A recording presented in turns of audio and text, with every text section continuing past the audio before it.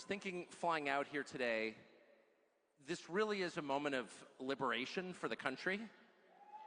I think the vibe has changed. That's real. And I feel it everywhere I go. I haven't met a hostile person in the last 6 weeks anywhere in the United States. People seem happier. And I've been trying to think about, like, what actually changed. I mean, obviously, Trump won. Kamala Harris lost. Which is great. But what really happened was the spell was shattered. And here's what the spell was. And I think all of us, to one degree or another, were under its influence for like at least the past 8 years, but probably like the past 30 years. The spell was this. No, a spell is an incantation. It's a phrase or idea that, if repeated enough, gains power. And the way you break a spell is by saying boo really loudly and waking up everyone to the truth that the spell is fake. And it had been 30 years since anyone did that. And here's what the spell was. The spell was that the tiny group of people who run the country to their own benefit represented, like, the rest of the world. That everybody agreed with all the dumb pieties they were screaming at you, that all the good people were on the other side, and that you were somehow alone, trapped in your house thinking freaky far-right things that you should be embarrassed of. And all the truly decent, moral, progressive, open-minded people were on the other side, laughing at you. And that you were some kind of medieval freak, probably dangerous. And what the election showed was the opposite was true. The fact that Trump won not just the majority of the popular vote, but huge segments of unrelated parts of the society told the entire story. Trump won young people, Hispanics, he won Muslims in Southeast Michigan, he won Orthodox Jews in upstate New York. He basically won everybody except for the tiny core of super unhappy people who controlled everything. And I remember thinking about 10 years ago, having grown up in an affluent neighborhood in California and lived in a bunch of other affluent neighborhoods my whole life, that the politics of the Democratic Party reminded me very much of my neighbor's, my buddy's, divorced mom in 1978 in La Jolla, California. And I'll never forget sitting in his backyard with his mom, who had become like an artist after getting divorced, an artist. And she was sitting there wearing sandals. She had like long frizzy hair, and she was smoking a Moor, which was like the cigarette of choice for divorced ladies in the 70s. It was like really long and thin and brown. And it was a sign of liberation, personal liberation. Like, I don't need a man anymore. I'm on my own. I am woman, hear me roar. I am feminist. I am the future. And I remember sitting in the backyard of their $4 million house by the pool as she ranted about the patriarchy and capitalism, smoking her Moor. And I remember thinking, this is, well, she's obviously crazy, but this is the unhappiest person I've ever met. I kind of can't wait to get out of here, take off with my buddy and go play. This woman is miserable, and that informs all of her views. So that was, 1978, 79. I wake up in like 2015, and that's the entire Democratic Party sound like my friend's angry feminist mom, like pissed at her husband, who she hates because he cheated on her, but you can kind of understand why, but he's still paying for the house with the pool. And I'm like, those politics, that very specific politics of affluent, unhappy people who have everything but really nothing inside at all, who've reached like the terminus, the end stage of consumer society, where you can't distract yourself or medicate yourself enough to avoid like the basic tragedy of your life, which is it has no meaning. And rather than solve that by believing in something with inherent value like God, you externalize all your disappointment and hate onto everybody else. Your life has been a total failure. You have no skills. Your kids hate you, but you still have the moral high ground because you've occupied it early and defended it ruthlessly.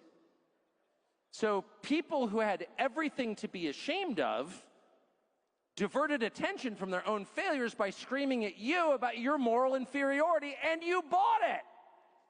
And I bought it, and all of us kind of bought it.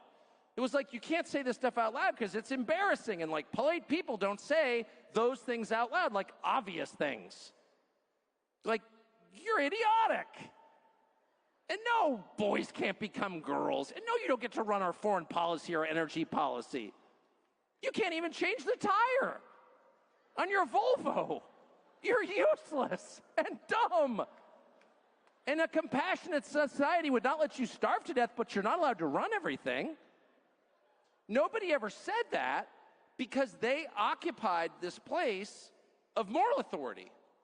And they had like kind of the predictable institutions to enforce their rule, the cultural institutions, especially the universities. And if I could just, I want to say one more time, Charlie Kirk has done more personally to break that spell by succeeding without a college degree than anybody I've ever met.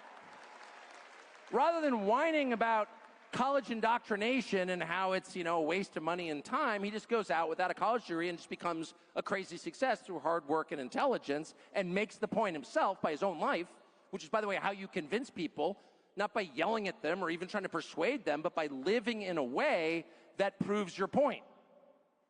If you're onto something, if you're on the right path, your life should reflect it. You should be joyful.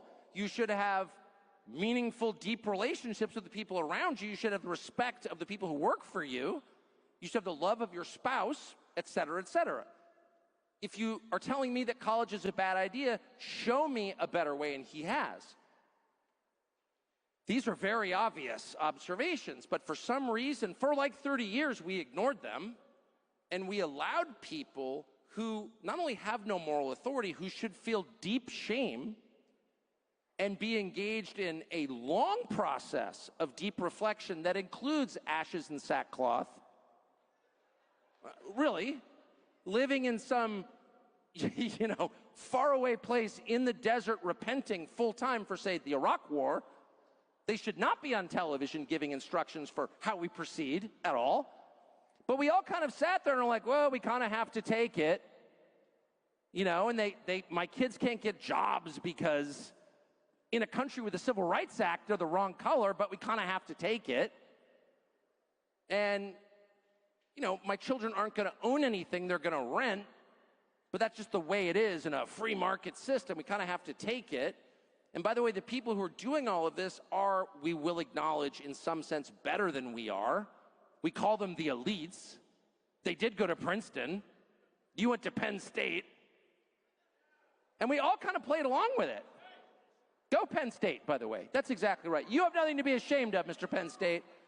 But the point is, the Trump election showed that what they claimed was a far-right, boutique, crazed, dangerous ideology that actually was a threat sufficient that the Department of Homeland Security and the U.S. military ought to be keeping an eye on you and they ought to have a right to spy on you, that supposedly crazed fringe ideology was in fact shared by pretty much everybody other than my buddy's divorced mom and other unhappy people. And what do we learn from that? We learned that the whole thing was an illusion. And the biggest illusion of all was the race stuff. That was the biggest illusion of all. And they can no longer say that people who don't want to go along with their program are racists because look at the election results. Look at the election results. Now, no one should be surprised by that. By the way, if you don't live in Bethesda, if you're out in the world, you know that, like, normal people don't want crime and homelessness and drugs and open borders. It doesn't matter what they look like or where they're from. Nobody wants that. No normal person wants that.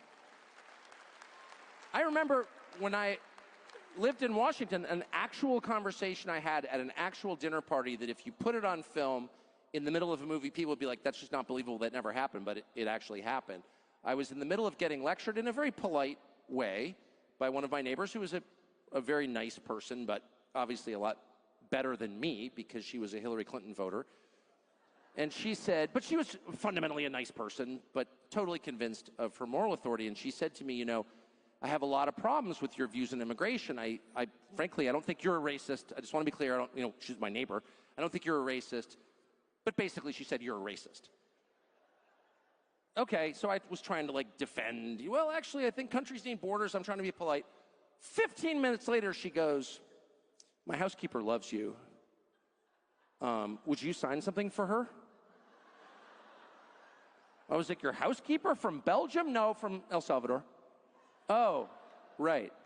So I'm such a nice person. I was like trying to be a Christian. I didn't say, so you think I'm a racist, but your Salvadoran housekeeper's like fully on board with my racist program? Tell me how that works. And then you realize it's not just her Salvadoran housekeeper, it's every Salvadoran housekeeper, actually, in the world. There's not a liberal one, not one. There's literally, if you can find a liberal Salvadoran housekeeper, call me. I don't believe you. There's not liberal. You know, whatever you think, they're just not liberal. And a lot of America's not liberal in the way that they envision it. They're just not. They think if you break the law, you should be punished. They don't think it's cool to have somebody ODing on fentanyl right outside your house. By the way, they'd like to own things. They don't think that like the Uber economy is the real economy. They'd like to have a little house somewhere and own a car. You know, they think credit card debt is bad, and they're upset about it, and they talk about it because they're right on all counts. So these election results, if you look at them, and I would recommend everyone do so, not just because you love Trump, but because the long era of darkness is over, actually. It's over. We'll have political debates going forward. You know, you've got your ideas, I've got my ideas, we can debate them.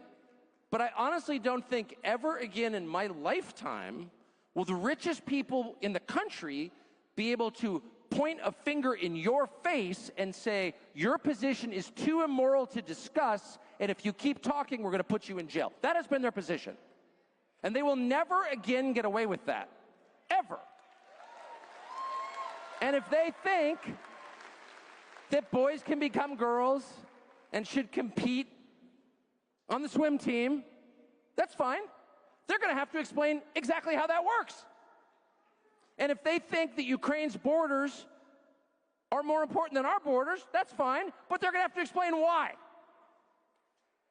And if they think that it's okay for like 3 companies owned by their donors to buy up all the residential housing in the country and rent it back to you at a higher rate, they're going to have to tell you why that's a good idea. They can never again just do exactly what they want by waving away your concerns with an epithet. Shut up, racist won't work anymore.